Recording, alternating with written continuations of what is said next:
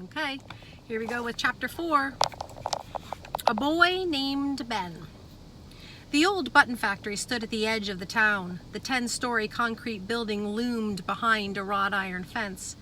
Last week, Pearl had watched a giant bird fly toward the factory, a bird that bore an amazing resemblance to a dragon. But at that moment, the only thing flying overhead was a lone pigeon. A long gravel driveway led from the entry gate to the factory's front door. The gate was secured with a chain and padlock. It had been that way ever since the factory had closed down. Pearl,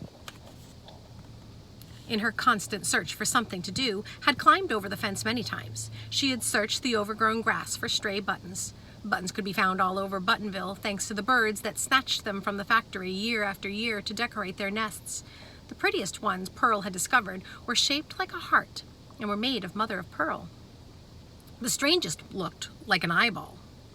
But Pearl's trespassing had only been outdoors. Even though there were plenty of broken windows to crawl through, she had never gone inside the vacant building. It was dark in there, and the wind made eerie sounds as it snaked between the cracks of the glass. After a while, she had lost interest in the old factory altogether. But then she had met a boy named Ben, and that's when everything changed.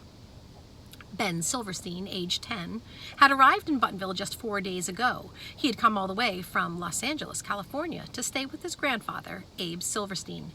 The reason Pearl and Ben had first visited Dr. Wu's hospital was because Ben had found a dragon hatchling on his bed. His grandfather's black cat, Barnaby, had captured the little creature. The hatchling's wing was torn and green blood oozed from the cat bite wound. Pearl and Ben had taken it to the hospital for care, and that was when the whole Sasquatch adventure had begun. Ben had earned a Sasquatch catching certificate too, and was also going to be an apprentice. He seemed nice enough, but other kids seemed nice and then they turned out to be mean. Pearl needed more time before she truly knew if Ben was her friend. Pearl and her mother crossed the street and headed to the factory's gate. Ben and his grandfather were already there. "Hi, Pearl," Ben said, and he stuck his hands into his pants pockets. They were the kind of jeans that came with a fancy label, and his sneakers were brand new, without a smudge or stain. A famous basketball player's name was stamped on the backs. Shoes like that didn't come from the dollar store. My mom wants to meet Dr. Wu," Pearl said. "My grandfather wants to meet her too," Ben whispered back. Grandpa Abe leaned on his wooden cane so the summer sun reflected off his bald head. "So, what do you think about this?" He pointed to the sign that hung from the gate. "Welcome to Dr. Wu's Worm Hospital. Dr. Wu does not treat cats, dogs, pigs, rats, snakes, turtles, fish, frogs, or any other creature that is not a worm. Dr. Wu sees worms by appointment only, so if you don't have an appointment, keep out."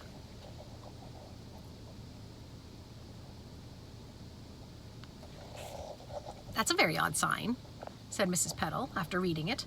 "I don't know anyone who has a pet worm. Why would Buttonville need a worm hospital?" "Buttonville needs a worm hospital as much as I need a hole in my head," Grandpa Abe said with a chuckle. But Ben is very excited. "Who knew? My grandson, the worm apprentice." "I could barely sleep," Pearl told Ben. "What do you think we're going to do on our first day?" "I don't know, but I brought some bandages just in case." He patted his back pocket, and then he held out his shiny wristwatch. "It's almost time. Only 1 more minute." They wrapped their fingers around the bars and stared through the gate. Even though they were the same age, Pearl stood a whole head taller than Ben, and while her long hair was the color of wheat, Ben's was dark and cropped super short. "My heart is bouncing around like a Mexican jumping bean," said Pearl. "Mine too," Ben said, gripping the bars tighter. "I keep thinking about that form that we signed, though. Remember the one that said that we could get stomped or crushed or vaporized? Shh! If my mom hears that, she'll never let us be an apprentice." During Ben and Pearl's first visit to the hospital, they had each signed an agreement that said they wouldn't blame Dr. Wu if they got hurt. There had been a long list of ways that things like this could happen: biting, stomping, crushing, shredding, just to name a few. Pearl wasn't worried. She knew how to take care of herself. Ben, however, didn't look so confident. His forehead glistened with sweat, and he chewed on his lower lip. He looked like he might turn and run. "Don't be scared," she told him, and she pulled 2 pieces of gum from her pocket and shoved one in her mouth and offered the other to Ben. He popped it into his mouth. "We'll be okay." "I'm not scared," he said, standing as tall as he could. "I just think we should be careful." He checked his watch again. "It's 8 o'clock.